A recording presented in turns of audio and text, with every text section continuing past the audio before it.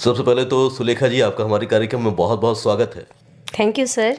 और बहुत खुशी का अवसर है जब आपसे मुलाकात हो रही है और मंगल अवसर छठ का भी है। तो इससे पहले कि आपकी हम संगीत यात्रा की बात करें, हम छठ से ही शुरू कर देते हैं। बताएं कि छठ को लेकर आप क्या सोचती हैं कि ये जो एक पर्व है, ये सिर्फ एक पर्व नहीं है बल्कि सूर्य उपासना का उत्सव है। जी तो बताएं कि इसके बारे में क्या कहना चाहती हैं श्रोताओं से। छठ पर्व बहुत ही महान पर्व है। पूरे देशवासियों के लिए यह सबसे पवित्र पर्व है और सभी लोग बड़े ही श्रद्धा के साथ इस पर्व को मनाते हैं। सूर्य की उपासना करते हैं, आराधना करते हैं। सभी बर्तिन घाट पे जाके सेवा देती हैं 3 बजे सुबह से ही उठ के। फिर सूर्योदय होने के बाद अर्घ देती हैं सुबह का। बिहार में तो छठ की जो आभा है वो किसी से छिपी नहीं है। थोड़ा सा वहाँ के दृश्य का वर्णन कीजिए हमारे साथ। वहाँ का प्रत्येक घाट पे, जैसे कि मुंगेर जिला का कष्टहरनी घाट है, बबुआ घाट है, भागलपुर में है बूढ़ानाथ मंदिर के पास, तो सभी लोग छठ पर्व में बड़े ही हर्षोल्लास के साथ, परिवार के साथ, सभी लोग दूर भी रहते हैं तो छठ पर्व में ज़रूर आते हैं। और इसकी तैयारी भी काफ़ी पहले से शुरू हो जाती है मेरे ख्याल से। काफ़ी पहले से तैयारी हो जाती है। सरकार भी बहुत ही सजग रहती है, बहुत सारी ट्रेनें भी चलाती हैं सरकार। जी। अच्छा, आपकी संगीत यात्रा की बात करते हैं। सुलेखा जी, बताएं कि आपने संगीत की शुरुआत कैसे की और कैसे आप फील्ड में आ गई? मैं 98 से ही आकाशवाणी भागलपुर में मैं ऑडिशंस दी और मैं पास हुई लोकगीत पहले, उसके बाद फिर सुगम संगीत में, और धीरे धीरे मेरा कार्यक्रम सारे जिलों में पहले हुआ और सभी लोग बहुत ही सराहना करते गए। उसके बाद अदर स्टेट्स में भी मैं कार्यक्रम कर रही हूँ। मुझे झारखंड राज्यपाल सैयद सिफ्ते रज़ी के द्वारा मुझे सम्मान भी मिला है। मेरा रांची में भी बहुत सारा प्रोग्राम, मोराबादी मैदान में तो मेरा खादी बोर्ड का प्रोग्राम तो 10-10 दिन तक चलता था। और अभी मैं बहुत सारे महोत्सव में मैं कार्यक्रम कर रही हूँ, जैसे विक्रमशिला महोत्सव हुआ, सोनपुर मेला हुआ, राजगीर महोत्सव हुआ, भोपाल आई हूँ, ये 4था बार मेरा है। मैं महेंद्र मिश्र स्मृति पर्व समारोह में भी मैं आई थी मंडदीप में। भोपाल की भी जनता मुझे बहुत प्यार करती है, ये मेरे लिए बहुत ही सौभाग्य की बात है। वैसे मैं आसाम, बड़ौदा, दिल्ली, कई राज्यों में मेरा कार्यक्रम हुआ है। अच्छा, तो ये तो आपने बता दिया कि जब से आपने परफॉर्मेंस देना शुरू किए 1998 से आप गा रही हैं और विभिन्न मंचों को आपने सुशोभित किया है। बात आती है तालीम की। तालीम आपने कौन से गुरु के सानिध्य में प्राप्त की और आपने जो जब तालीम ली तो उस समय क्या महसूस किया कि वाकई मुझे इस क्षेत्र में करियर बनाना है या फिर दूसरी फील्ड में जाना है? जी, मैं तालीम ली हूँ। मेरे गुरुजी जमालपुर के ही थे, पंडित बी एल राउत, जिनसे कि मैं क्लासिकल सीखी हूँ। एमए की मैं चंडीगढ़ यूनिवर्सिटी से। अभी मैं कॉलेज में भी हूँ, एफिलिएटेड कॉलेज में मैं म्यूजिक सब्जेक्ट की लेक्चरर हूँ जमालपुर में ही। उस समय से मैं मतलब मेरा मनोबल बढ़ते गया कि मैं संगीत में अच्छा गा सकती हूँ। और गुरु भी आशीर्वाद देते थे, गुरुजी की तुम अच्छा गाओगी, तुम ठुमरी भी अच्छा गा सकती हो और क्लासिकल भी गाती हो, बहुत अच्छा नाम करोगी। मुझे लगा कि मैं संगीत लाइन में मुकाम पा सकती हूँ। मुझे संगीत से बहुत प्यार है। जो कोई संगीत के बारे में उटपटांग कुछ भी बोलते हैं तो मैं नाराज हो जाती हूँ। आप संगीत को समझ नहीं रहे हैं, इसलिए आप बोल रहे हैं। संगीत एक बहुत अथाह सागर है। इसमें जितना गोता लगाइए, जितना इसमें आप खोज कीजिए, रिसर्च करते रहिए, तो आपको मुकाम जरूर मिलेगा। वाकई एक समुंदर है जिसमें से आप जितना गोते लगाते हैं उतने ही आपको मोती मिलते हैं। जी। संगीत की बात की आपने आपने ये भी कहा कि अगर कोई संगीत को ऊट पटांग बोलता है तो वो भी आप उसको सहन नहीं करते हैं, क्योंकि संगीत अपने आप में विशेष होता है। लेकिन बहुत सारे लोग जो ख़ासतौर से बिहार से जिनका ताल्लुक़ है, भोजपुरी से जिनका ताल्लुक़ है, तो बहुत सारी जो संगीत रचनाएँ हैं उनमें हमें कुछ अश्लीलता के दर्शन होते हैं। तो बहुत सारे कलाकारों ने इसे भी काफ़ी प्रसारित किया, लेकिन बहुत सारे कलाकार इसके संरक्षण के लिए भी काम कर रहे हैं। तो बताएं कि ये जो स्थिति पैदा हुई है वो क्यों हुई है? देखिए, भोजपुरी इंडस्ट्री में कुछ आर्टिस्ट अश्लील साहित्य गा के अपना मतलब नाम बनाना चाहते हैं कि हाँ, मेरा नाम जल्द से जल्द हाईलाइट हो जाए और ज़्यादा से ज़्यादा रुपया आ जाए, जो कि बिल्कुल गलत है। और मैं तो अश्लील साहित्य कभी नहीं गाई हूँ। कुछ लोग मुझे बोले भी हैं कि आप ये गाइए मैडम, चलिए दिल्ली चलिए, बम्बई चलिए। अरे बिहार में क्या है मैडम? लेकिन मैं अपने घर परिवार को मैं छोड़ के कभी मैं बाहर नहीं गई। मैं बिहार में ही रह के मैं हर एक राज्यों में जाके प्रोग्राम करती हूँ, फिर बिहार अपने घर चली जाती हूँ। अपना अपना मोटो है, अपना अपना जिसका जो हार्ट अलाउ करता है उस अनुसार से अपना गाना बजाना करते हैं, क्योंकि लोक संस्कृति हमारी बिहार की संस्कृति का एक प्रतीक है।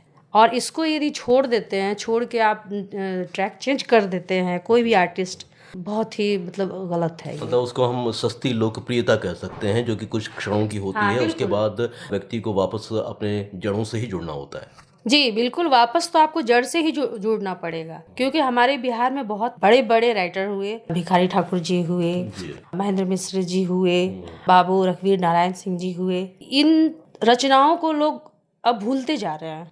अब ऐसी ऐसी रचनाएं आ रही हैं कि जिसमें कि घर परिवार में लोग बैठ के सुन नहीं सकते हैं। और जो पुरानी रचनाएं हैं उनको आप गाइए, बहुत प्यार सम्मान मिलता है। जैसे मेरे प्रोग्राम में ज्यादा जेंट्स से ज्यादा लेडीज इतना प्यार देती है, इतना सम्मान देती है कि अपने घर में अपने बेटी के जैसा, अपनी बहू के जैसा रखना, खाना पिलाना, प्रोग्राम कराना, क्या आनंद आता है। सबसे बड़ी बात है, अपने सम्मान को बचाते हुए आप यदि इस लाइन में अच्छा कर रहे हैं तो ये बहुत ही गर्व की बात है। हम जानना चाहते हैं कि आपने विविध मंचों पर अपनी प्रस्तुतियां दी हैं, किस तरह की रचनाएं ज़्यादा प्रस्तुत करती हैं ताकि जो श्रोताओं को बांध सकें, श्रोताओं को भी प्रेरित कर सकें कि वो भी जो लोक संगीत है, जो हमारी माटी से जुड़ा हुआ संगीत है, उसे आगे बढ़ाने के लिए कुछ सीखें।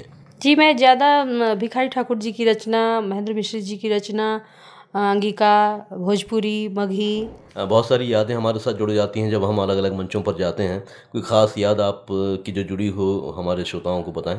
हाँ, खास यादें हैं। जब मैं आसाम, नौगांव है, वहाँ भी घाट के बगल में ही कार्यक्रम हुआ था और समझिए कि तालाब में ही मंच बना था। लोगों ने वहाँ बहुत प्यार दिया, बहुत ही अच्छी ढंग से उन्होंने सुना। और छठ का ही समय था, तो इस कार्यक्रम को मैं जब याद करती हूँ तो मुझे लगता है कि वाह, वहाँ भी बहुत प्यार सम्मान मिला। और हर जगह कई मंचों पे बहुत चाहते हैं लोग। आपने कहा कि आप महाविद्यालय में अपनी सेवाएं भी दे रही हैं, आप संगीत सिखाती भी हैं अपने, तो आप क्या देख रही हैं कि जो संगीत के प्रति रुझान है वो क्या कह रहा है विद्यार्थियों का, खासतौर से जो नई पीढ़ी है उसका? हाँ, बच्चों का रुझान तो है संगीत के प्रति, लेकिन छोटे शहरों में कम है। छोटे छोटे बच्चे ऐसा स्वर लगाते हैं कि लगता है बाबा रे कहाँ सीखा है ये बच्चा। जी जी जी। जब तक वोकल क्वालिटी अच्छा नहीं होगा, उसके गले में मीड़, गमक, कर्ण, मुर्की ये सब नहीं आएगा, नहीं सीखेगा वो क्लासिकल विधिवत, तो ये सारी बातें नहीं आ सकती, वो मुकाम नहीं पा सकता है। आप अपनी तरफ से क्या प्रयास कर रही हैं ताकि ये जो आपका लोक संगीत है, बिहार का जो फोक म्यूज़िक है वो आगे बढ़े, चाहे वो छठ के गीत हों या फिर दूसरे अवसरों पर गाए जाने वाले गीत हों, वो उनकी महक और भी बढ़े, उसके लिए आपका जो प्रयास है वो क्या है? देखिए, सबसे पहले तो मैं बिहार से हूँ और बिहार सरकार से भी मैं अनुरोध करती रहती हूँ जाके। मेरा तो मानना है कि मैं अपनी संस्कृति, अपनी मिट्टी को लेके चलो, इसी में मुझे मन लगता है। आपके कुछ खास आदर्श जो कि आपके लोक गायन के क्षेत्र में बहुत सारे बड़े बड़े कलाकारों ने अपना अपना मकाम हासिल किया है, तो आपके जो आदर्श हैं उन्हें आप उनके बारे में कुछ बताइए, कौन कौन से कलाकारों को आप ज़्यादा पसंद करती हैं?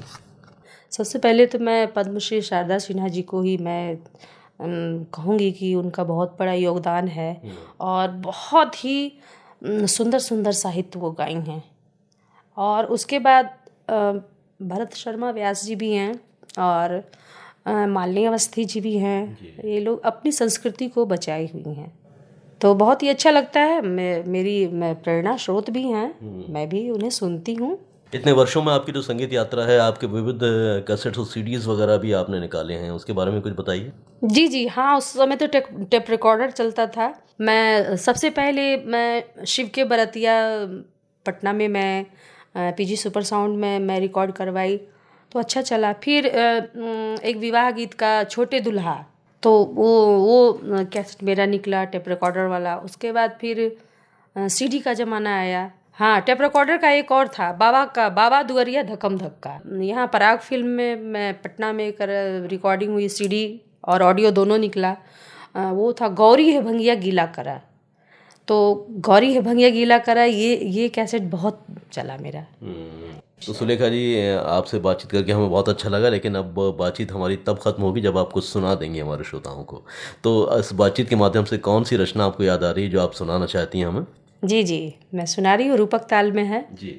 छठी मैया आई ना दुअरिया, सजाइब पोखरी खनाइब। छठी मैया आईना दुअरिया सजाइब पोखरी खनाइब।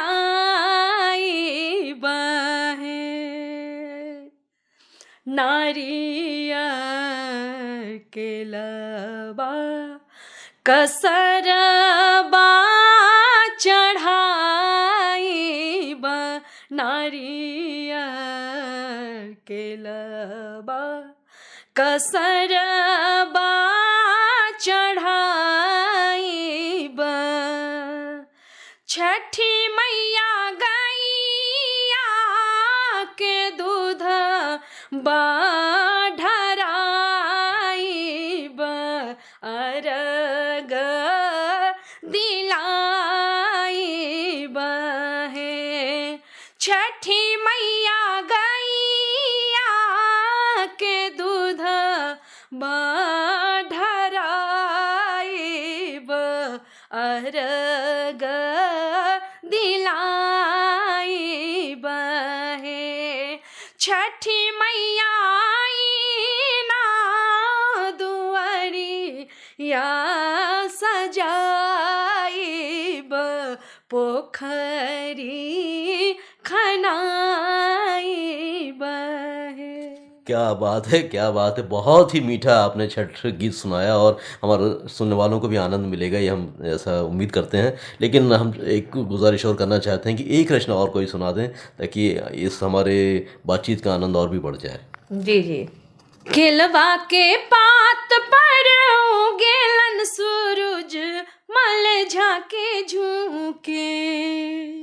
केलवा के पात पर उगेलन सूरज मल झाके झूके। हे करेलू छठ बरतिया से झाके झूके। हे करेलू छठ बरतिया से झाके झूके। हम तो से पूछी बरतिया ए बरतिया से केकरा लागे। हम तो से पूछी बरतिया ए बरतिया से केकरा लागे। हे करेलू छठ बरतिया से केकरा लागे। हे करेलू छठ बरतिया से केकरा लागे। हमरो जे बेटा शिवा में ऐसन बेटा से उनके लागे। हमरो जे बेटा शिवा में ऐसन बेटा से उनके लागे। हे करेली छठ बरतिया से उनके लागे। हे करेली छठ बरतिया से उनके लागे। बहुत सुंदर सुलेखा जी, बहुत ही आपने मग्न होकर और तल्लीन होकर एक गीत सुनाया, आनंद आ गया और छठ की जो सार्थकता है वो सिद्ध हो गई हमारे। और इससे पहले बातचीत को समाप्त करें, आप क्या कहना चाहती हैं हमारे जो संगीत प्रेमी हैं उनसे? संगीत प्रेमी से मैं यही कहना चाहती हूँ कि सबसे पहले अच्छे साहित्य को सुने और भक्ति गीतों को ज़्यादा सुने, क्योंकि इससे आपके तन मन को सुकून मिलता है और आपकी मनोकामनाएं भी पूर्ण होती हैं, जो मेरा मानना है। क्योंकि मैं भक्ति में ज़्यादा विश्वास करती हूँ और भजन का ही ज़्यादा मैं प्रोग्राम करती हूँ। वैसे शादी विवाह का भी करती हूँ, लेकिन जो मेरे अपने पारिवारिक संबंध जहाँ रहता है तो वहाँ भी मैं शादी का जो ट्रेडिशनल सॉन्ग है, जैसे राम सीता विवाह गीत और जो भी मतलब गांव ग्राम में जो गाए जाते हैं गीत, तो मुझे बिहार की दूसरी शारदा सिन्हा भी कहते हैं लोग और बहुत प्यार मिलता है। हाँ, मुझे लोग कहते हैं कि आप में शारदा सिन्हा जी की आज छवि दिखाई देती है। क्या बात। बहुत सारे लोग कहते हैं। तो ईश्वर की बहुत बड़ी कृपा है। बस और मेरी माँ का भी बहुत बड़ा योगदान है। वो भी बहुत अच्छा गाती थी, लेकिन वो सुपरवाइजर थी, जॉब में थी। तो उस समय वो इस क्षेत्र में वो प्रोफेशन में नहीं आई, नहीं आ पाई। क्योंकि खुद ऑफिसर्स थी। और उस समय तो निकलने नहीं दिया जाता था ना बहू बेटियों को। जी हाँ, इस लाइन में। तो मेरी माँ की आवाज़ बहुत अच्छी थी, उन्हीं का आशीर्वाद मुझ में आया है। जी जी। जी जी। तो चलिए, आपकी माता जी का आशीर्वाद आप पर बना रहे हमेशा, और आपका सभी का प्यार आप तक पहुंचता रहे, ऐसी हम कामना करते हैं। आपसे जो हमारी बातचीत हुई, ये हमें बहुत अच्छा लगा। इतना समय आपने दिया, इसके लिए हम आपका बहुत बहुत आभार व्यक्त करते हैं। बातचीत करने के लिए आपका बहुत बहुत धन्यवाद सुलेखा जी। जी जी, thank you sir. Sanjay ji को बहुत बहुत धन्यवाद, आप आए बहुमूल्य समय निकाल के, इसके लिए मैं आभारी हूँ आपकी। Thank you.